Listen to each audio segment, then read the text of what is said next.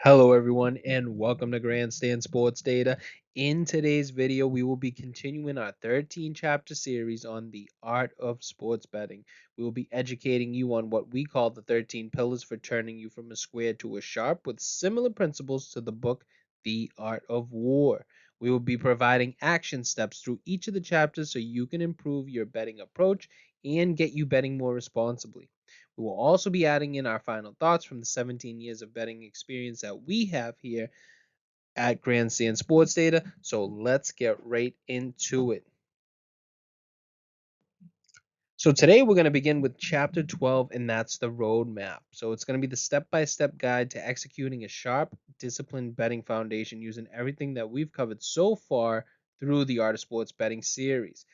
As Sun Tzu once said, with careful and detailed planning, one can ensure triumph. And that's exactly what this chapter is about.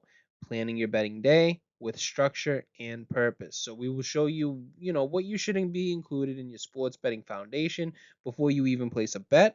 And then we're going to be walking through a daily example on how to actually approach a slate of games, whether it's your first bet ever or you're diving, deeper into this betting journey. This chapter is going to help you operate like a professional. So let's continue. Okay, so before we jump into the step-by-step breakdown of your betting day, let's be clear for a second. These next few slides aren't just tips or suggestions. They're going to be requirements if you want to build a consistent long-term edge. So no successful bettor has sustained long-term profits by skipping these basics. If you miss these foundational steps, the rest of your strategy is going to start off shaky. So whether you're brand new or a veteran, I need you guys to take this seriously. This is how you get on the right side of those winning bets. One more thing. This video is your ultimate action step roadmap. I know we moved away from those clear-cut steps as the series went on because sports betting isn't just one straight line. But if you follow everything in this video, you'll be well on your way to becoming a sharp sports bettor.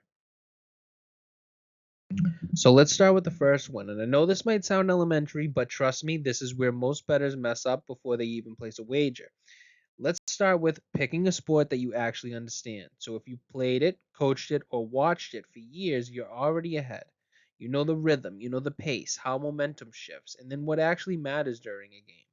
That kind of intuitive feel gives you an edge that numbers alone can't always explain. Next, we want you to understand your market. So if you're betting in big markets like the NFL, the NBA, or maybe even Major League Baseball, those are the most heavily bet sports in the world, along with some soccer as well. That means the lines are sharp and books are harder to beat. So if you don't know how to read the market, interpret line moves, and identify traps, I can say with almost 100% certainty, you will not win in the long run. Smaller markets now like WNBA, niche college props, lesser known leagues can offer more opportunities, but also more variance and less liquidity. So kind of keep that in the back of your mind. Don't jump into 5 different bet types in 4 different sports all at once. You'll drown before you even learn how to swim. That's how I would look at it. I want you to pick one sport, pick one bet type, and then master that. Then expand. This is going to be your first critical choice on the betting battlefield, so you can't take it lightly. Also, you're going to see some of these be a little bit repetitive when it comes to the plan, but this is more kind of that 600 foot, or maybe even if you're sitting in a blimp looking down in the stadium, that's what type of video this is going to be. So we kind of just want to get you, all your foundational pieces in line, all your, and once you have your foundational pieces, then the day-to-day exercise of executing your bets becomes a little bit more easier.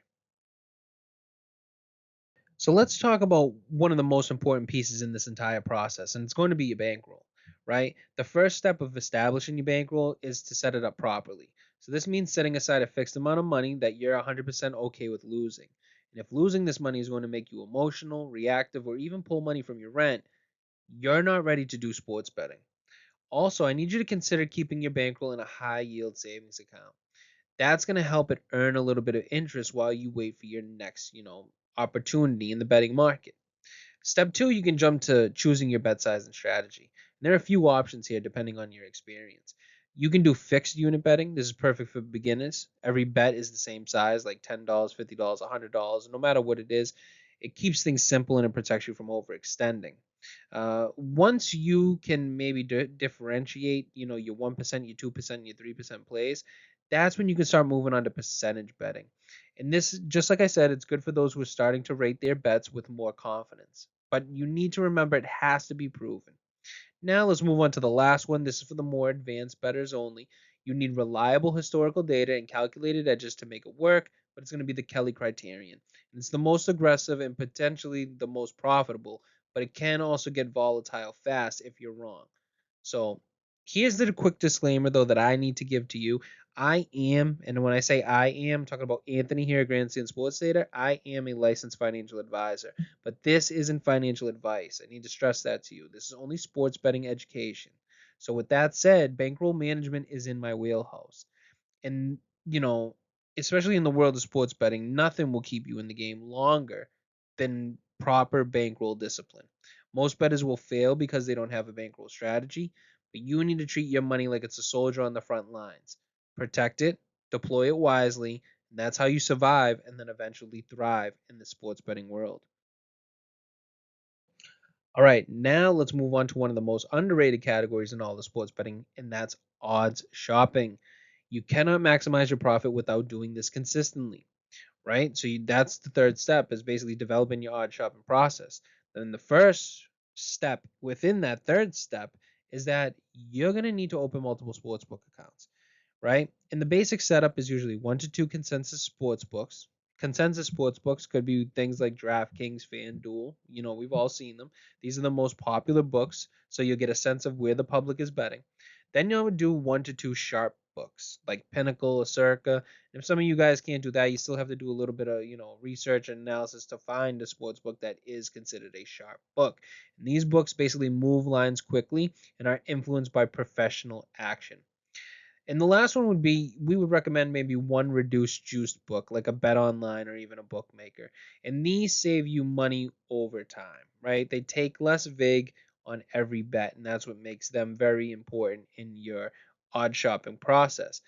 Next, I would balance your accounts based on your style, right?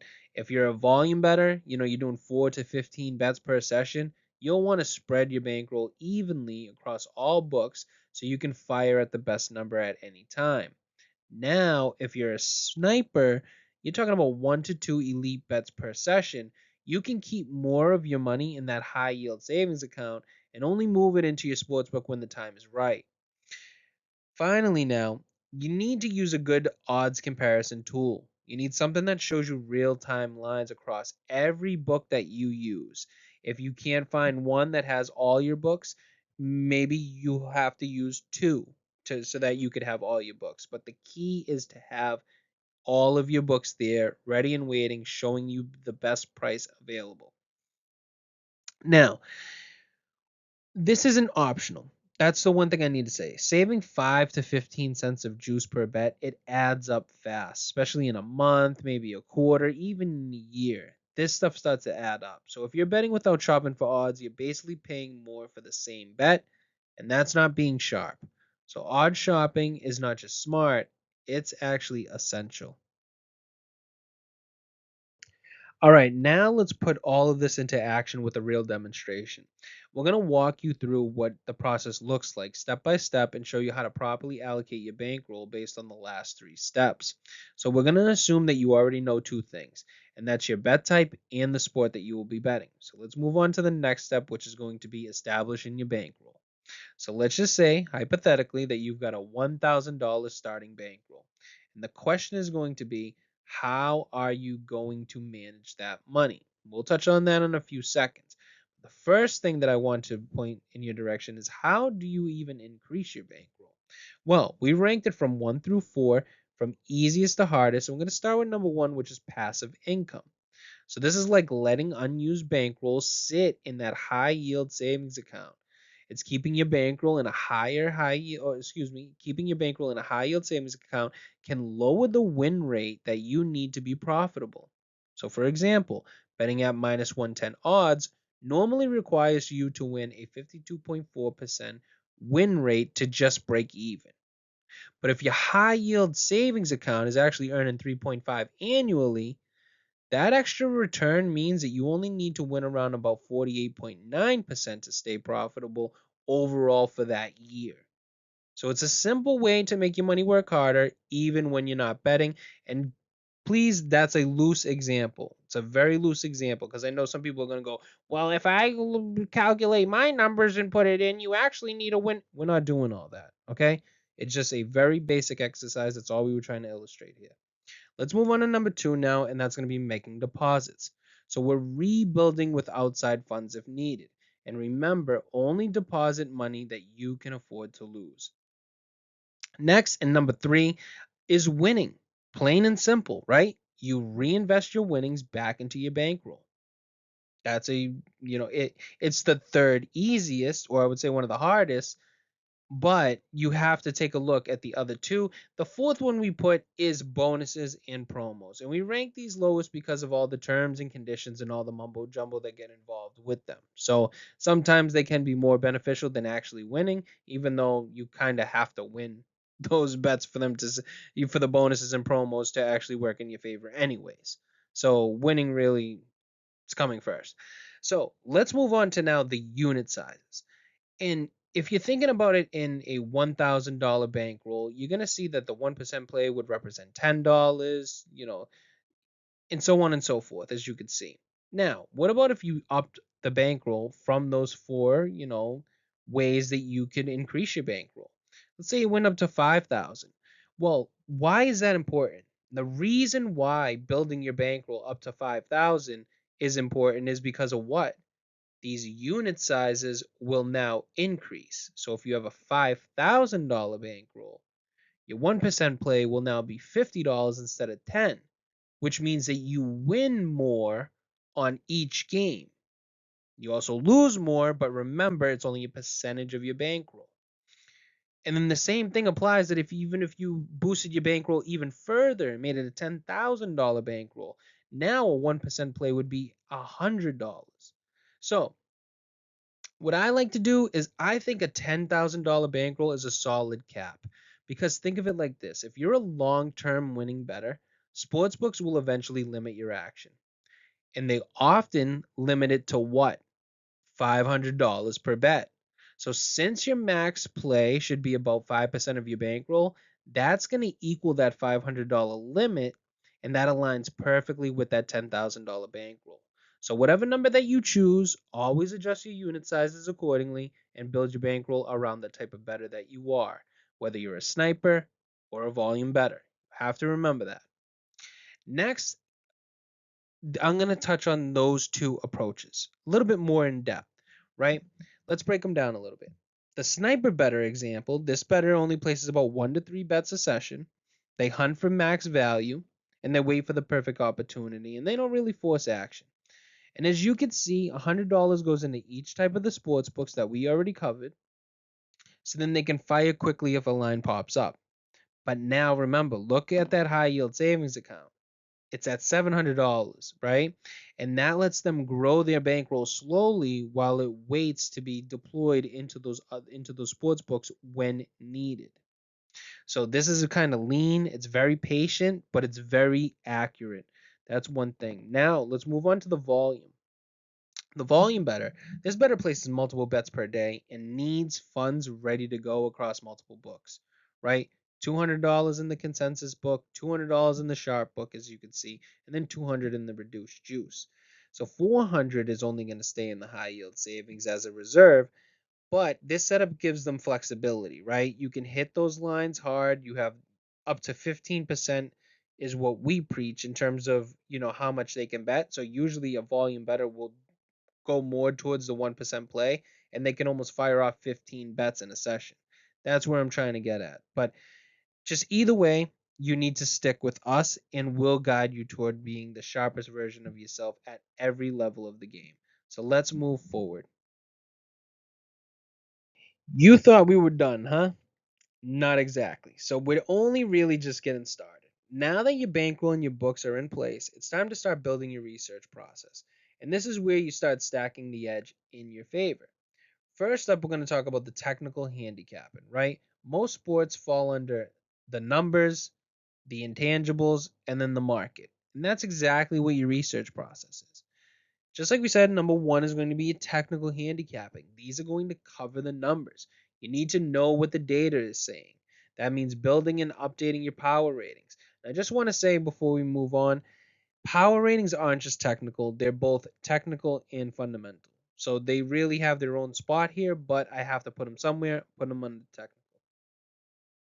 Now, they reflect numbers in the context when they're done right. So that means tracking systems and angle based patterns that went over time are also crucial. And for some of you more advanced bettors, it may even mean running models or simulations that forecast game outcomes and expected value.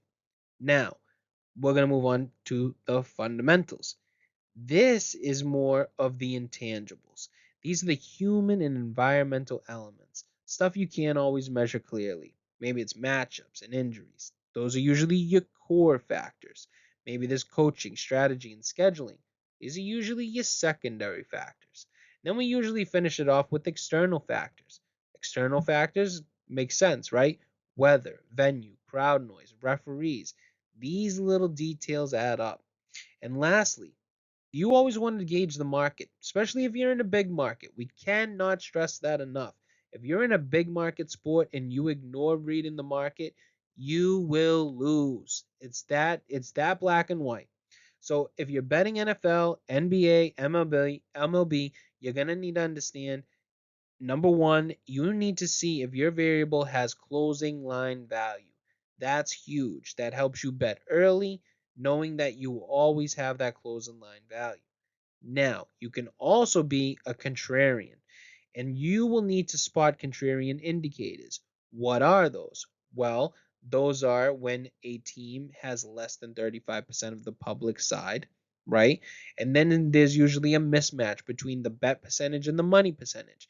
Usually, teams that are contrarians, they have more money percentage than bet percentage because the sharps put more money down, whereas more of the casuals, they don't have as much money as those sharps. They bet little money, but there's more of those casual bettors, so they get more bet percentage rather than money percentage.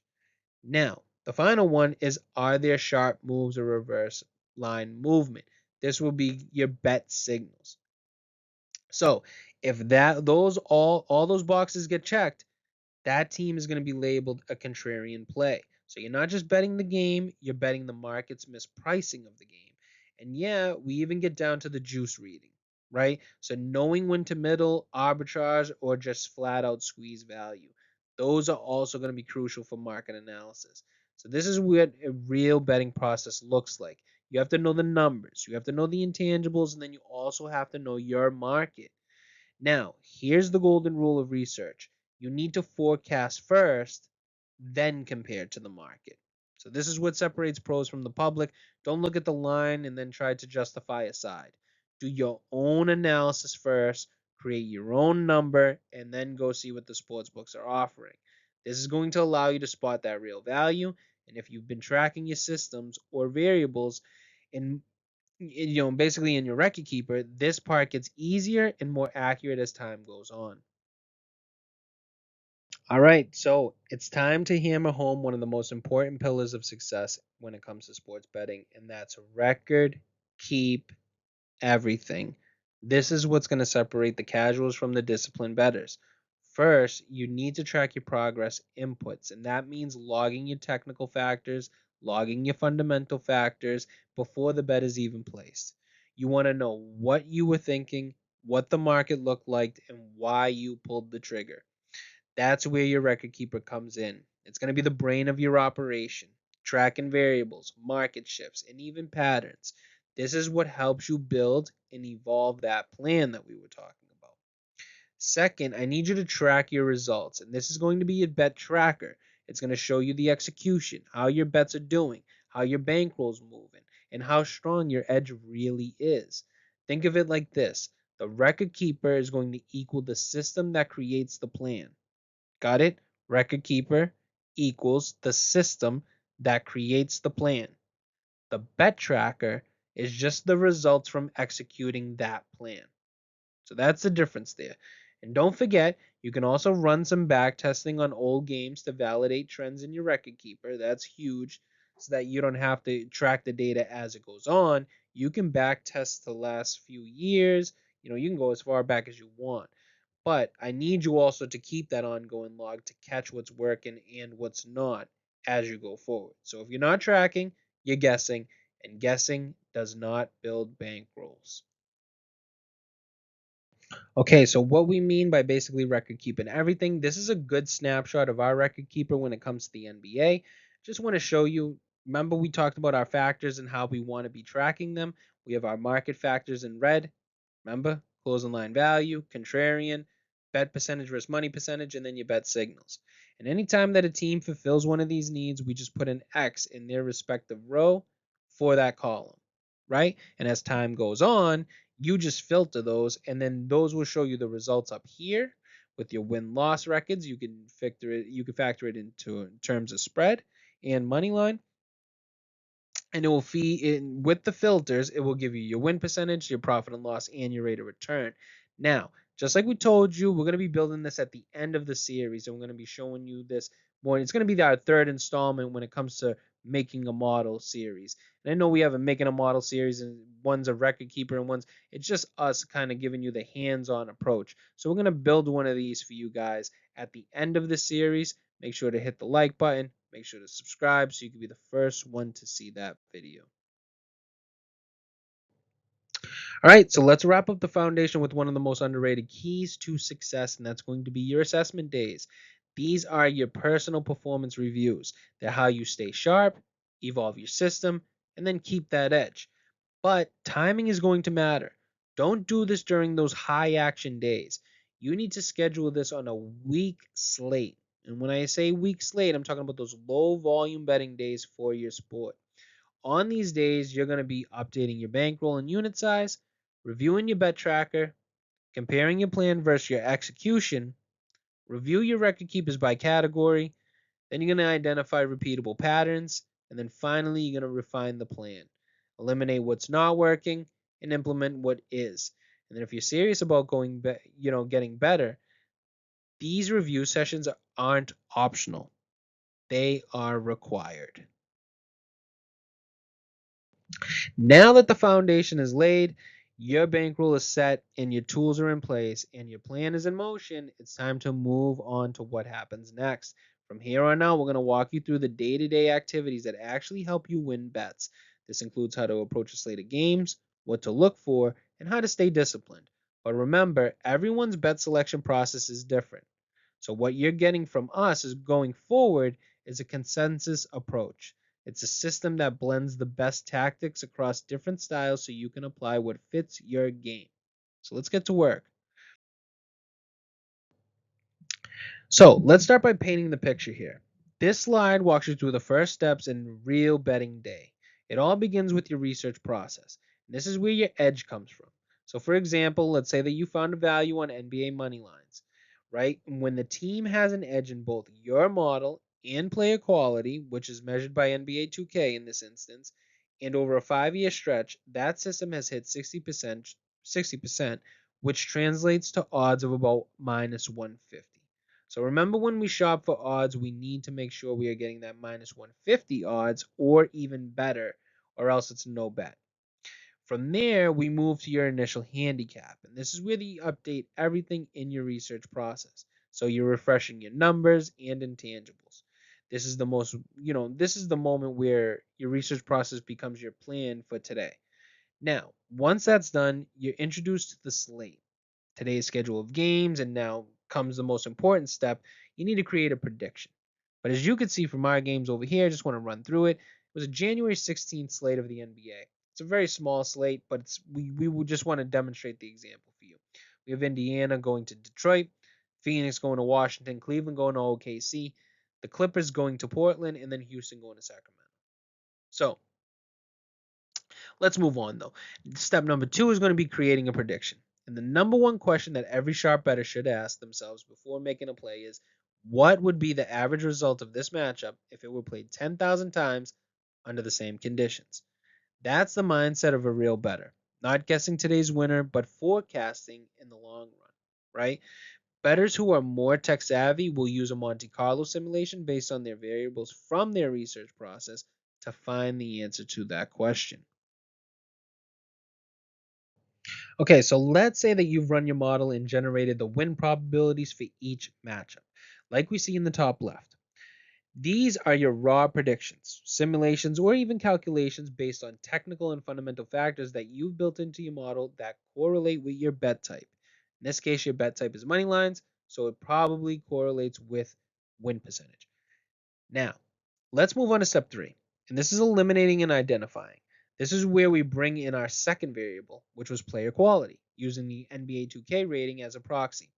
It's going to help you avoid blind spots where the model may not account for or who's actually suiting up. So here's the breakdown, right? Our model has picked Detroit, Phoenix, OKC, the Clippers, and the Kings to win. But when we layer in that player quality edge, only Phoenix and Oklahoma City and also the Clippers pass both tests. So just remember, we're only eliminating the red teams based on our systems analysis, right? Our system of the model mixed with the NBA 2K. So those teams in red are only eliminated from that. Okay, so what does that make them ready for or possibly still a bet? Well, they could still check all the boxes in the market analysis and end up being a potential play. So let's take a deeper look into that. So from there, we're going to move to market analysis, and this is where real money is made. There are two goals here. You can do number one, which is support your identifiers. Did any of the teams that fit our system also fit the contrarian framework? Remember that contrarian framework we talked about earlier? Less than 35% of the money line bets, a higher money percentage than a bet percentage, and then any of the bet signals like the reverse line movement or the steam moves, right? So if they check all those boxes and our systems boxes, we can maybe make that a higher potential play. Now, number two is going to be when a team checks off all the contrarian framework, right? So it checked off all those things in the market that we talked about. The closing line value, less than 35% of the money line bets, they have a higher money percentage, yada, yada, yada, right? Now, what if the team doesn't meet our system, though? So think about it like up in the top right, Indiana and Houston.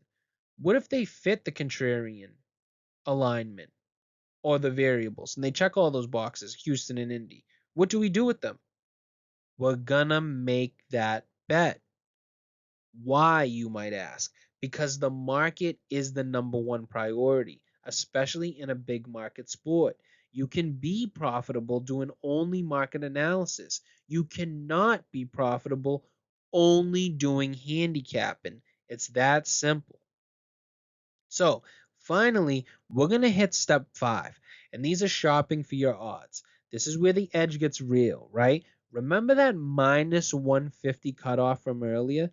That's going to apply here. So, of the 3 qualifying teams, only Oklahoma City at minus 135 falls within our acceptable odds range. So, they're the only ones that check every box. That becomes your play. Once that's locked in, you size your bet properly, you track it in your system, and then you move on.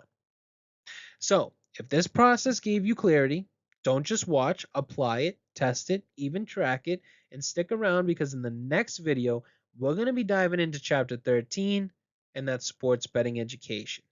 This is where we help you continuously grow as a sports bettor by always learning and evolving. So let's keep building that edge, and we'll see you in chapter 13.